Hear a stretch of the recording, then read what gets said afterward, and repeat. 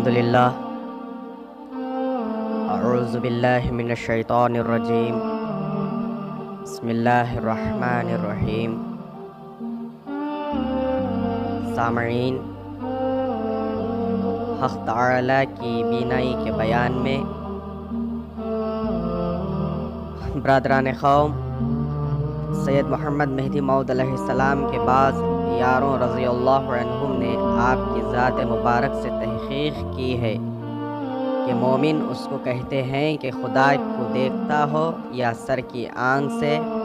یا دل کی آنکھ سے یا خواب میں، اور دیگر یہ کہ جو شخص یہ صفت مذکورہ نہ رکھتا ہو ولیکن اس صفت کی طلب رکھتا ہو تو اس پر بھی ایمان کا حکم فرمایا ہے، اور نیز فرمایا کہ طالب خدا پر کیا چیز فرض ہے کہ اسے خدا کو پہنچے۔ اس کے بعد فرمایا کہ وہ چیز عشق ہے، اور نیز فرمایا کہ عشق کیوں کر حاصل ہوتا ہے۔ پھر فرمایا کہ دل کی توجہ ہمیشہ خدا کی طرف رکھے، اس طرح کہ دل میں کوئی چیز مائل نہ ہو، اور اس معنی کے لیے ہمیشہ خلوت اختیار کرے اور کسی کے ساتھ مشغول نہ ہو، نہ دوست کے ساتھ اور نہ اغیار کے ساتھ، ہر حالت میں یعنی کھڑے رہنے، بیٹھنے، لیٹنے، کھانے اور پینے کی حالت میں خدا کی یاد میں رہے، اور ہر حالت میں خدا کی طرف متوجہ رہے۔ نبی صلی اللہ علیہ وسلم نے فرمایا، جو بندہ ذکر دعام کرتا ہے اللہ اس پر معرفت کے دروازے کھول دیتا ہے اور اس کے دل کو اپنے انوار و اسرار کی تجلیوں سے منور کر دیتا ہے،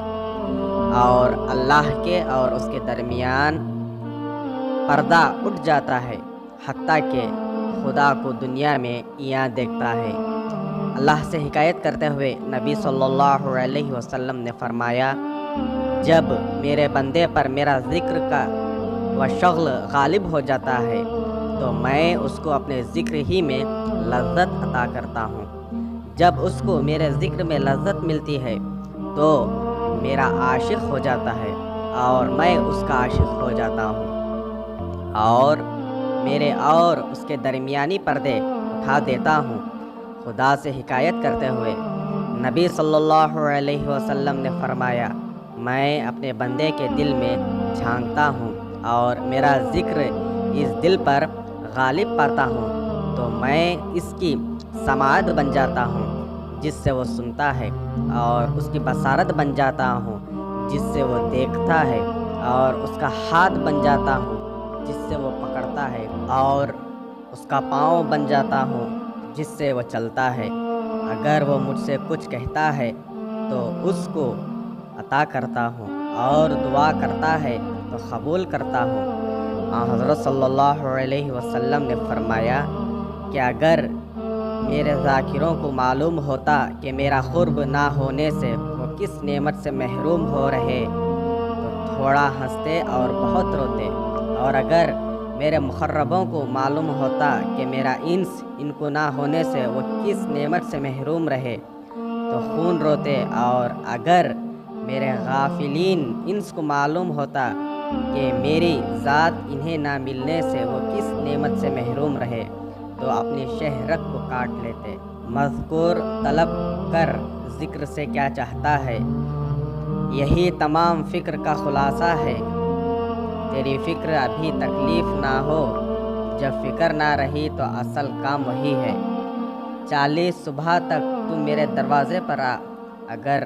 تیرا کام نہ نکلے تو اس وقت میرا گلہ کر۔ اور نیز مہدی موعود علیہ السلام نے فرمایا کہ خدا کو سر کی آنکھ سے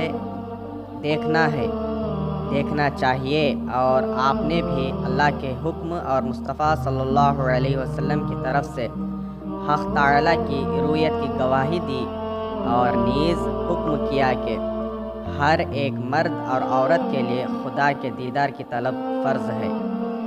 جب تک کہ سر کی آنکھ یا دل کی آنکھ سے یا خواب میں خدا کو نہ دیکھے مومن نہ ہوگا، مگر طالب صادق کو اپنے دل کے منہ کو غیر حق سے پھیر دیا ہے اور اپنے دل کے منہ کو مولا کی طرف کر دیا ہے اور ہمیشہ خدا کی یاد میں مشغول رہتا ہے اور دنیا و خلق سے عزلت اختیار کیا ہے اور اپنے سے باہر ہونے کی ہمت کرتا ہے، ایسے شخص پر بھی ایمان کا حکم کیا ہے اور نیز فرمایا کہ ایمان خدا کی ذات ہے۔ اپنی ذات سے کوئی شخص اس کو خدا کو نہیں پہچان سکتا، اس کی ذات کو اسی کی ذات سے جان سکتا ہے۔ نفس اور عقل اور حواس کی خواہشات کے ساتھ تو کیوں کر خدا شناس ہو سکتا ہے؟ قطعہ: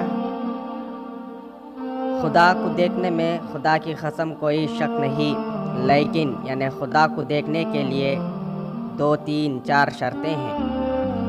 مرنے سے پہلے مر جا اور تجھ کو خبر میں ڈال دیں، من بعد زندہ کریں اور پھر محشر میں لے جائیں، اس کے بعد تیرا حساب لیا جائے گا اور تیرے اعمال تولے جائیں گے، اس کے بعد پھر تجھے پل صراط پر گزرنا ہوگا، اس کے بعد تو جنت میں آئے گا اور خدا کو آشکارا دیکھے گا۔ ہاں اگر اس بصیر کا یعنی خدا کا فضل مدد فرمائے تو خدا کی قسم تو خدا کو دیکھے گا، تو اس بات کو حق جان،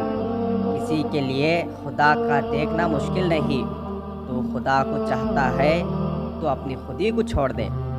ایک صبح کو خلوص کے ساتھ میرے دروازے پر آ،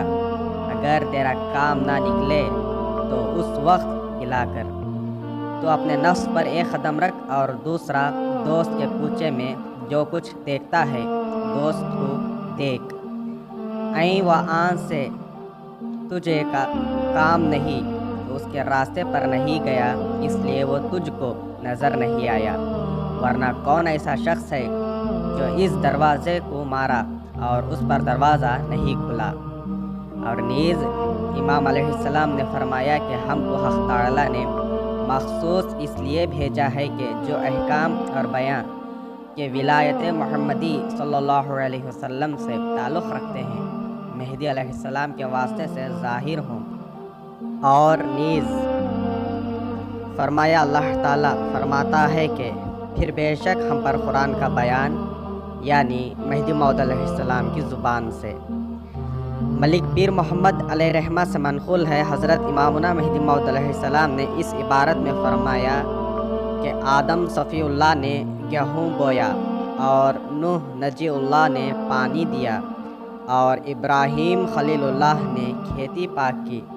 اور کچرا دور کیا اور موسیٰ کلیم اللہ نے کھیت کاٹا اور عیسیٰ روح اللہ نے ڈھیر لگایا اور محمد رسول اللہ صلی اللہ علیہ وسلم نے آٹا بنایا اور روٹی پکائی،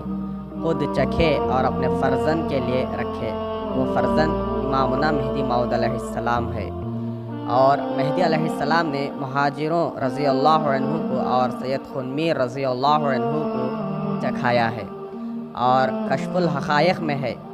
اہل سلوک اور اہل حقائق نے کہا ہے ہر وہ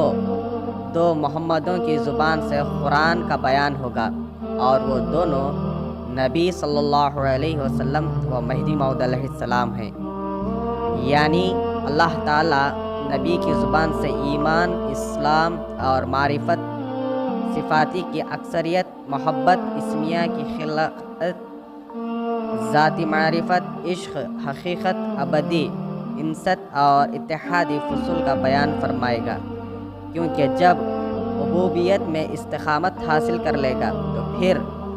اصول الوہیت کی طرف رجوع کر سکے گا، اور اگر